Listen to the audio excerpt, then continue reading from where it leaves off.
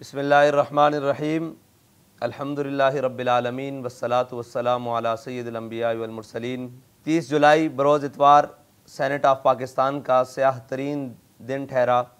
جس میں اسلام پاکستان مخالف بل پیش کیا گیا۔ مفتیان کرام، قانونی ماہرین اور معاشرہ کے تمام شعبوں سے تعلق رکھنے والے اہل ایمان نے اس نام نہاد پرتشدد انتہا پسندی بل کو اسلام کی اساس پر شدید حملہ قرار دیا۔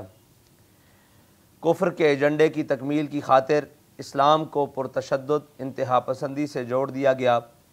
شہریوں کے بنیادی حقوق پامال کیے گئے،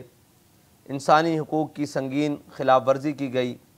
آزادی اظہار رائے پر قدغن لگائی گئی، میڈیا کا گلا گھونٹ دیا گیا، انفرادی اور نجی زندگی کی جاسوسی اور عزتوں کو اچھالنے کے لیے بھیانک منصوبہ بنایا گیا۔ یہ وہ بل ہے جس بل کو چھٹی والے دن عجلت میں پیش کیا گیا، جس میں حکومت نے اپنے اتحادیوں کو بھی ماد میں نہیں لیا، اور جب یہ مذموم بل پیش کیا گیا تو ارکان سینٹ بھی محو حیرت تھے کہ یہ شب خون کیسے مارا گیا۔ اس بل نے ہر پاکستانی کے دل کو چھلنی کر دیا، غریب عوام کے حقوق پر ڈاکہ ڈالا، میڈیا کی آزادی کو سلب کر لیا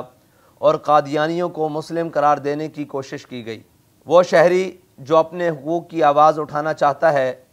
اس حق کو یہ بل انتہا پسندی، افراتفری اور شر انگیزی کہتا ہے۔ جو شخص اپنے حقوق کی آواز بلند کرے یا کسی بھی معاملات میں حکومت کے خلاف بات کرے تو اس کی نجی زندگی کو تباہ کرنے کے لیے یا اس کی نجی زندگی کی جاسوسی کرنے کے لیے یہ بل ہر سرکاری ادارے اور ہر حکومت کو اجازت دیتا ہے۔ آئین پاکستان کے اندر لکھا ہوا ہے کہ پاکستان کے اندر کوئی قانون اسلام، قرآن و سنت کے منافی نہیں بنے گا۔ یہ بل اسلام کی ہر بات سے ٹکراتا ہے، اسلام کی ہر تشریع سے ٹکراتا ہے، اسلام کے ہر قانون اور احکامات کے متصادم ہے۔ امام الانبیاء حضور پرنور شافع یوم النشور صلی اللہ تعالیٰ علیہ وسلم کے ہر فرمان سے ٹکراتا ہے، تو یہ بل صاف ظاہر ہے کہ شریعت کے بھی متصادم ہے، اسلام کے متصادم ہے اور آئین پاکستان کے بھی متصادم ہے۔ سب سے بڑھ کر بل کے مندرجات کے مطابق دین، شاعر اسلام، مقدسات اسلام اور ختم نبوت کی توہین اور کھلم کھلا گستاخی کرنے والے کو نہ مجرم سمجھا جائے گا اور نہ ہی دائرہ اسلام سے خارج۔ قرآن و سنت کے مطابق 73 کے آئین میں مسلمان کی تعریف کو بھی بدل دیا گیا، چنانچہ قادیانی اور گستاخان مقدسات اسلام کو بھی مسلمان کہنے کی مذموم جسارت کی گئی۔ نیز 295 کے قانون کو عملاً غیر مؤثر قرار دینے کی بھرپور ناکام کوشش کی گئی۔ اسلامی فکر کی آبیاری کرنے والے مدارس اسلامیہ کے نقوش کو مٹانے کے مذموم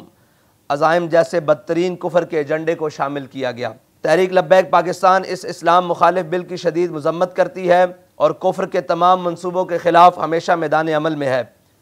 اور تحفظ اسلام، تحفظ ختم نبوت، تحفظ ناموس رسالت اور تحفظ نظریہ پاکستان، بقائے پاکستان اور حقوق عوام کے لیے ہمیشہ میدان عمل میں رہے گی۔ تحریک لبیک پاکستان ہر اس کردار کو بے نقاب کرے گی جس نے یہ بل پیش کیا یا جس کی خواہش پر پیش کیا گیا